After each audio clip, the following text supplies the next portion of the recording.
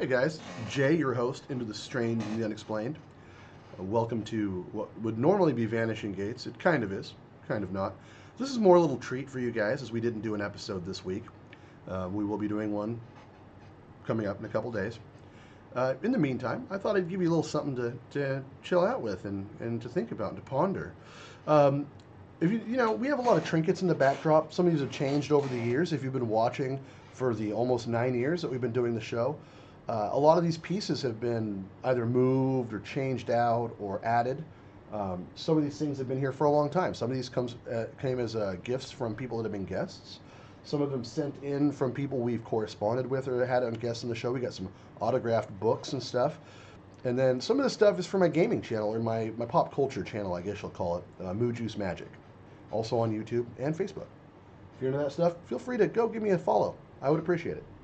In the meantime, though, there's one item out of all of this, because most of this stuff I don't do the whole haunted doll thing or, buy haunted items and stuff like that. But there's one item that I have in this studio that hands down freaks people out more than anything else at all, including this face. I'm talking guests that come into the studio that are part of the show for Vanishing Gates, or people that are just hanging out at my house that want to check out the studio. They all get creeped out by this one item that I have. Jack and Katie Cat are they both really dislike this item, and it makes them uncomfortable.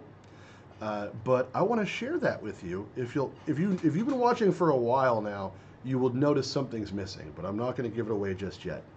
Now, we've gone through a lot of cool little trinkets and items. Some of these things have been retired due to damage or malfunctioning. Some of it's just because the studio has changed and altered over the course of the years. And, I keep a lot of those older ones, like Scully, our bubbling skull we used to have, and the coffin before him, or after him, actually. I think the coffin was after him. I can't remember. Go back and watch our old episodes and give us some likes and comments. They're still here on YouTube.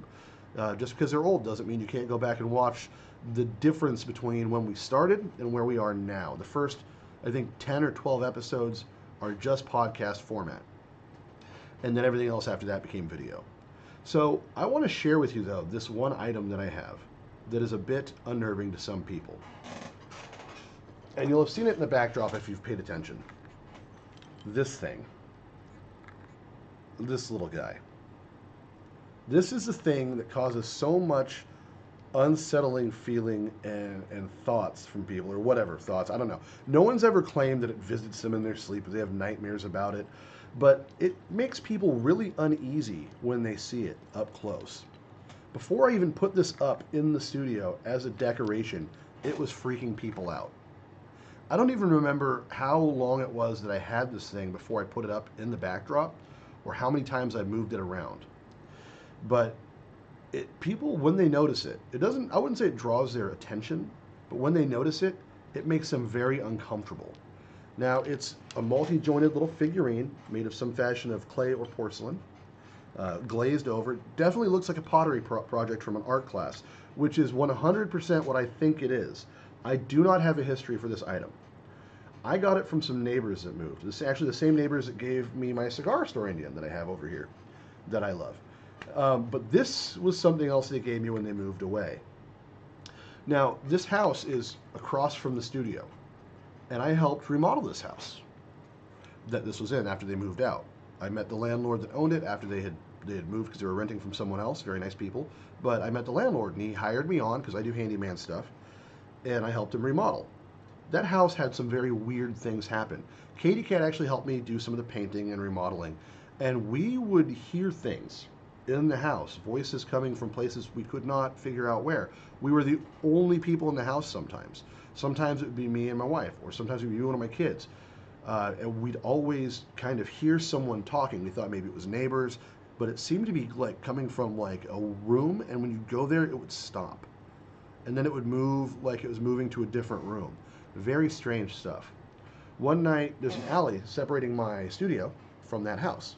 And one night I was in the back porch looking towards the studio, and the fence of this yard is taller than I am. And I saw what was obviously, it looked like a human head, but slightly larger, moving and like kind of watching, bobbing up and down and moving until it got up and moved and then blinked out like it was gone. There was no noise. It was dead of night.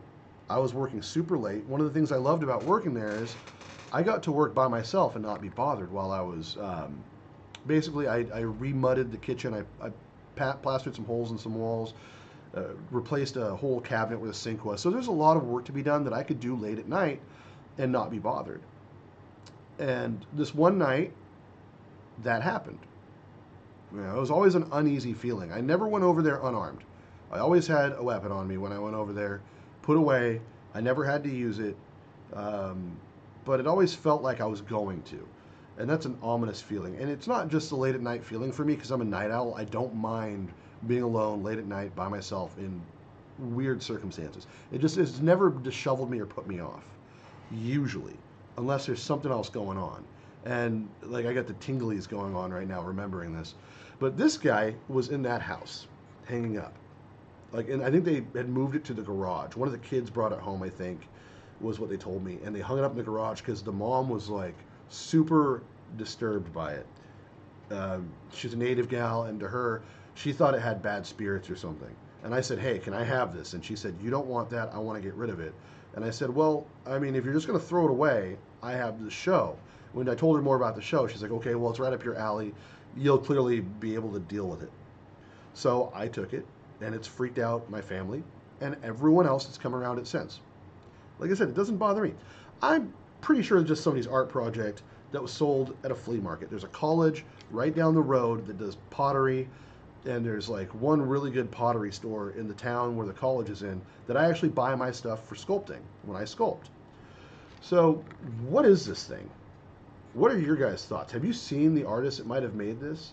I've never looked it up. If you guys could come up with some research for me so I don't have to do it, wink, wink, nudge, nudge, and get involved, that would be really cool. It's got little hands where the wings are. See little crawly hands. And like letters and numbers stamped all over it. And signs.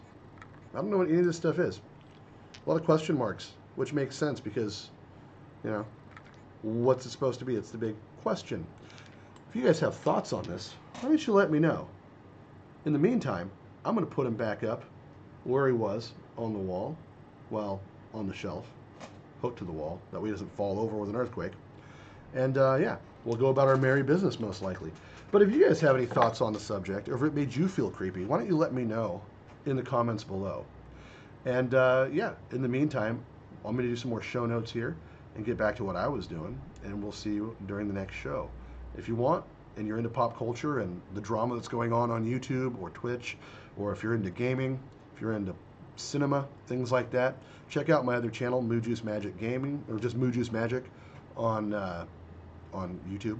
It's MOOJUICEMAJIK.